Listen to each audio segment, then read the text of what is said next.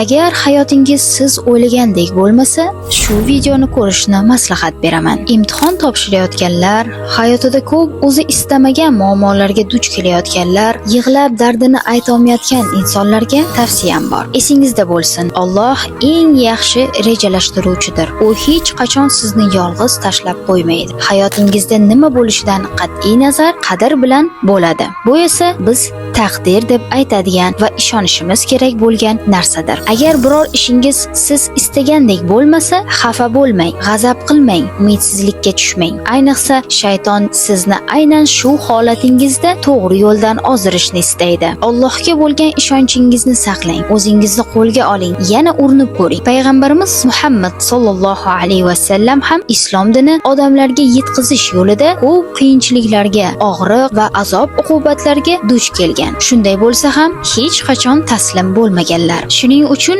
aziz birodarlar va opa-singillar, umidingizni yo'qotmang. Agar biror narsa bu dunyoda siz uchun nasib bo'lmagan bo'lsa, bilingki oxiratda Alloh undan ham yaxshirog'ini sizga beradi inshaalloh.